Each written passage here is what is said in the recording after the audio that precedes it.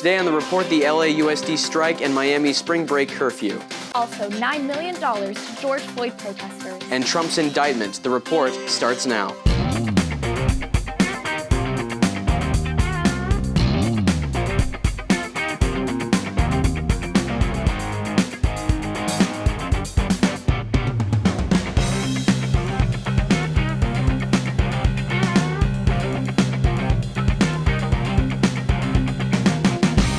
Hello, I'm Shelby Martin. And I'm Noah Sakatis. Don't forget to follow us on Twitter at The Report CSUF or on our Titan TV Instagram at Titan TV CSUF to keep in touch with us and view our new content. In 2019, the Los Angeles Unified School District was shut down for 6 days due to a strike from the teachers' union. Their demands: smaller class sizes, more school staffing, and higher wages. Now, after 4 years, the district is once again facing a similar scene. Yesterday, a 3-day strike began, stopping classes for over 500,000 students within LAUSD, after failing to resolve a contract that included a payment raise and various other staff offerings. School custodians, cafeteria workers, and bus drivers began a mass walkout. The Service Employees International is asking for a 30% pay raise, an additional $2 per hour over the next 4 years, and increased hours for part-time employees. The district has countered with an offer of 15% wage increase over time and a 10% bonus, as well as a $20 per hour minimum wage. Recognizing the risk and sacrifice is Max Arias, the executive director of the local Service Employees Union, who states, quote, "Families have been sacrificing for far too long on poverty wages. Students have been sacrificing for far too long in school environments that are not clear, safe, or supportive for all," end quote. Miami Beach commissioners have decided not to impose a new curfew on the city after a weekend that saw 2 fatal shootings. On March 17th, authorities responded to reports of gunshots fired in the South Beach area, leaving 1 dead and 1 injured. 2 days later, another shooting occurred, this time in the area of 11th Street and Ocean Drive. The 2 shootings resulted in panic and unmanageable crowds that prompted law enforcement to declare a state of emergency and to enact a curfew for the city that ran from 11:59 p.m. Saturday to 6 a.m. on Monday. A curfew for the following weekend, when the Ultra Music Festival would take place, was in consideration, but was ultimately rejected in a 4-3 vote on Monday. Instead, liquor stores will be asked to close by midnight to 8 a.m. The South Beach area is a popular nightlife destination for those on spring break. The area also experienced a similar curfew last year after 5 shootings were reported on Ocean Drive. In a video statement released shortly after the shooting on Sunday, Miami Beach Mayor Don Gelber said, quote, "The volume of people in our city, the unruly nature of too many, and the presence of guns has created a peril that cannot go unchecked," unquote. Former President Donald Trump finds himself once again in legal issues.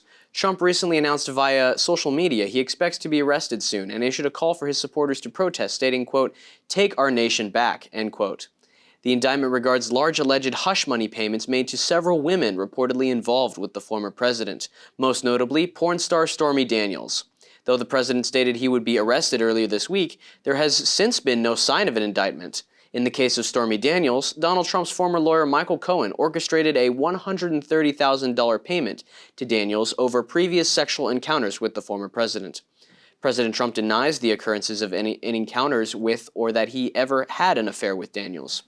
The former president has cast the investigation as a witch hunt by Democratic prosecutors looking to sabotage the Republicans' 2024 campaign. In the meantime, protesters have gathered at Trump Tower and Mar-a-Lago in support, while the former president awaits the possibility of criminal charges. Philadelphia will pay George Floyd protesters $9.25 million in a settlement suit for physical and emotional injuries caused by the city police. More than 300 people claim to be injured by the Philadelphia Police Department in response to the racial justice protests that erupted following the gruesome murder of George Floyd in 2020. Video footage captured officers using tear gas and pepper spray on protesters. The police have claimed that these actions came after protesters had thrown rocks at the officers. However, the claims were never validated. In addition to the $9 million, a grant of $500,000 to $600,000 has been made to the Bread and Roses Community Fund, which will fund free mental health counseling for West Philadelphia residents. Despite these efforts, activists say that not enough has been done as cases of police misconduct continue to rise. In October of 2020, the Philadelphia City Council approved a measure against police use of tear gas, pepper spray, and rubber bullets on protesters. The $9 million will be allocated among 343 plaintiffs. So, what do you think can be done to lower police brutality in America?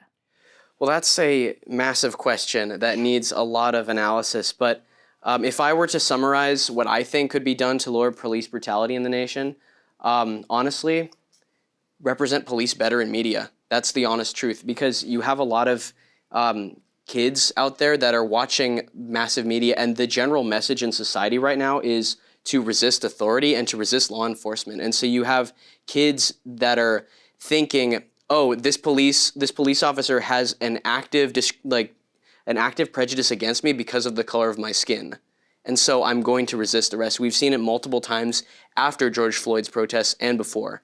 And so I think there is obviously issues in the police force. There's obviously racism with individual police officers, but there's also a lot of good people in the organization. And so what we need to do as a society is understand that there is both good and evil that needs to be dealt with. And so I think, first off, a representation of law enforcement in media needs to be much better, because right now all cops are bastards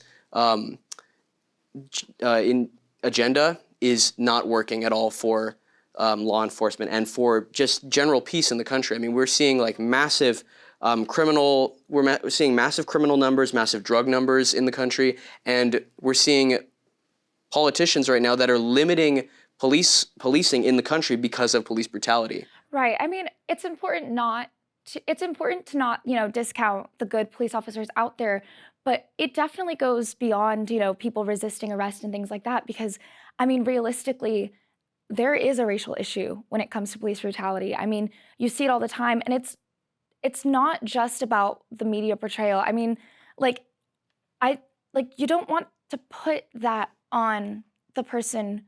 You don't want to victim blame. And I'm not saying that you are, but I am saying that, the issue of police brutality is a power thing. It's an abuse of power at its core. That's what it is. It's allowing someone's implicit bias to allow them to do something so violent. I mean, they stood on George Floyd's neck. Absolutely. They stood on his neck, or when you have a teenager getting shot for buying Skittles, it goes beyond that. And I think maybe one of the things that might help is changing the process of someone becoming a police officer, because, if we have a short process for someone to go through all that training, to go through the background checks, I'm not saying it's easy to become a cop in our nation, but I do think that with the amount of incidents that we've had, it might be a better idea to start really strengthening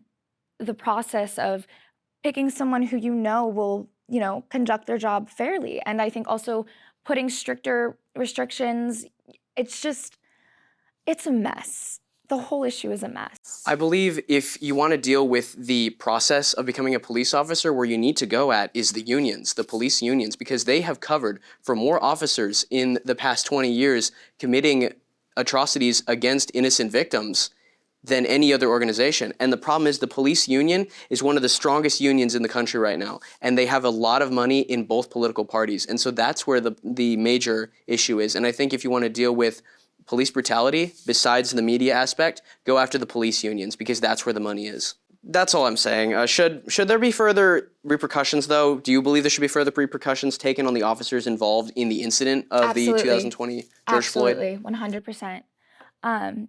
So moving on to Trump's indictment, after so many legal battles and now an imminent arrest, why does the Republican Party not hold Trump to a higher standard to continue to support him no matter the controversies? Well, I think, if you're a Republican right now in 2023, there's either two options. There's Ron DeSantis in Florida, or there's President Trump. President Trump has had a record as president before. He had 4 years in office. Besides the pandemic that occurred late in his term, there were several minor controversies, but besides that, his presidency has overall been fairly average, I'd say. And so a lot of Republicans are probably seeing the long run and are probably seeing that the presidency ultimately wasn't terrible. We didn't have a terrible 4 years. The economy was good. The President Trump kept us out of wars.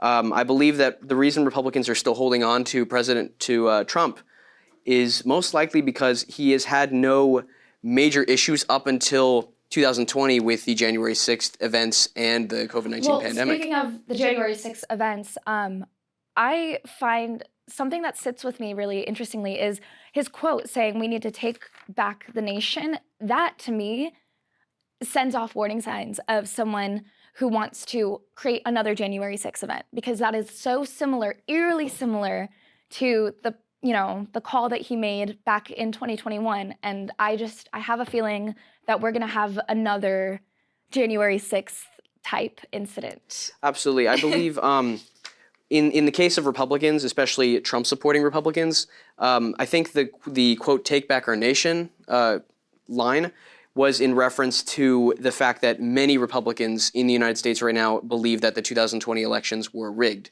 And that was one of the reasons why a lot of Republicans showed up to Washington, D.C. on January 6th, was to protest the election results. And I think the diehard support for a political candidate is also concerning. I mean, it's a cult of personality in a bit, yeah. Absolutely. And never until recently did I see people buying merchandise and having this cult-like fandom absolutely. for a human being who, it's too much. So if arrested, then should this eliminate or disqualify Trump from running in 2024? Yeah. I don't know. I definitely think so. I mean, with all of the hush money and things like that, it's already showing a shadier side. Well, you heard it here, folks. Ron DeSantis for 2024 Republican ticket. Okay, let's move on to the next story, which is, the LA school strike. Let's talk about that. How should LAUSD ultimately act upon the issues of the walkout? Well, I mean, for the most part, the walkout already created an issue for all the children who needed to go to school and needed to get their education. But, I mean, we can't educate our students without taking care of the staff that really keep the school running. I mean, the custodians, the lunch staff, the bus drivers, they're the ones who really help, behind the scenes. And I've noticed particularly, especially within recent years after the pandemic, these workers have had to do a lot more than they're used to. After the pandemic, when kids were coming back to school, we had a lot of internet challenges and behavioral issues that definitely made things harder for staff like custodians, because I don't know if you remember the Devious Lick challenge that happened last year, which encouraged students on TikTok. Yes, it encouraged students to vandalize school property and steal things and rip things off the walls. This is why I'm in support of Joe Biden just getting rid of TikTok. We wouldn't have had this Devious Licks issue if TikTok had gotten rid of in Trump's presidency or in Biden's presidency. Somebody's got to take care of that. And I mean, the amount of, behavioral issues that have stemmed after the pandemic from students, it's created an environment that makes it harder for these people to do their jobs. And they're already working working for low wages. They're already trying to support their families. Teachers have already had the same problems. We hear all the time about teacher strikes, but we don't hear about the welfare of the employees who really keep things running and the employees who are the backbone of the facility itself. I think this personally has to do with just the fact that the Generation Z, the Zoomers, are the most rambunctious, most resistive to authority generation that there ever has been before. And I think that the internet age has really caused that. I mean, they grew up in the age of VHS, and now they're on their phones with TikTok and Instagram and Snapchat. And I think that has really created this intolerance, to going down and sitting in a class. This is the highest percentage of students with ADD and ADHD, imaginable. I think that has something to do with it. Well, learning disabilities are brain chemistry. So simply using technology does not give a child ADD or ADHD. But I do understand that the behavioral issues stem from a lack of parenting due to the pandemic. And it's created a lot of problems. And I think, in my opinion, it was probably just the icing on the cake. And I think these issues of, low pay have been occurring for years. We're seeing a lot of, teachers even walking out of classrooms and quitting teaching for good. There's a teacher shortage now. And I'm sure that we'll have a shortage of custodians and bus drivers and cafeteria workers. So moving on to the next story, Miami curfew after the shootings. So should Miami Beach have gone with a planned curfew instead of only placing a restriction on the sale of liquor? I think it's a really tough call because I'm not familiar with the criminal situation in Miami personally, but if this has to do with the revenue that the tourism brings in to Miami and that the fear lies in the fact that shutting down the city will lead to like a stoppage of the money that's pouring in, I think that's a problem. I think that's a problem with the city itself. And I think that, also when you think about it, yes, installing a curfew might help with, activities at night, but realistically, shootings can happen at any time of the day. Right. We've seen them happen in broad daylight. And same thing with imposing the curfew on the liquor stores. Realistically, if you impose a curfew on the liquor stores, it just means more people are going to show up before they close, stock up, and then, go out at night. Also, Miami is known for its nightlife. Small businesses, clubs, owners, they're going to suffer because a city like that relies on tourism and nightlife and things like that. I don't think they will either. Like, our Florida is already very Republican, and I think that because there's an intense, there's a large population of libertarians in the state, I don't think that there's a willingness to go with the government push to shut down a city because of violence. I think instead they would want to keep it and make it work. After reading a quote during my research on this story, one of the officials, I believe it was the mayor of Miami, he said that there needs to be a way to differentiate between the regular spring break crowd and those who are going there willingly to incite violence. And I think the best way to do that might just be increasing security. Because realistically, a curfew isn't going to do anything. But if you have, security at clubs, security at bars, that might make things a bit more manageable. I mean, Miami is known for being a sort of chaotic destination, and a lot of college kids go there, and there's a lot of ruckus and a lot of crowds. And with the music festivals too, honestly, the best way to do this is tighten security, gun restrictions, the usual. So you say you want to increase security in Miami. Would you say the height in policing then? I'm not sure. I mean, with all the issues that we're having with policing. Right, but that's kind of like heightened one and one, security, yeah. Heightened security. I don't know. That's a good question. I feel like it's a really complex issue, for sure. Well, when a popular tourist and party destination such as Miami Beach is constantly experiencing violence despite their high police presence, what are some steps do you think that authorities can take to ensure more manageable and safe festivities? That's a good question. Maybe just monitoring, who comes in and who comes out. You've stumped me. For the first time, you've stumped me. I'm at a loss for words. Well, what do you think? What do I think? Yeah. Well, we clearly, from statistics from the past, from the 90s and the 80s and the 2000s, a high police presence does not equal lower crime rates. It actually increases the crime rates.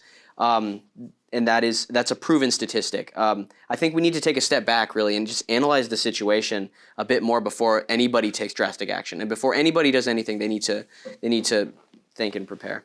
Absolutely. And I wonder if, a lot of those issues, a lot of the violence issues, they definitely stem from things like, again, sort of in those kinds of communities, poverty, disparity, and maybe addressing those issues at its core might help alleviate the need for violence. I agree. And with that, that's all we have time for today. Stay tuned for more news, views, and info. We'll see you next time on The Report.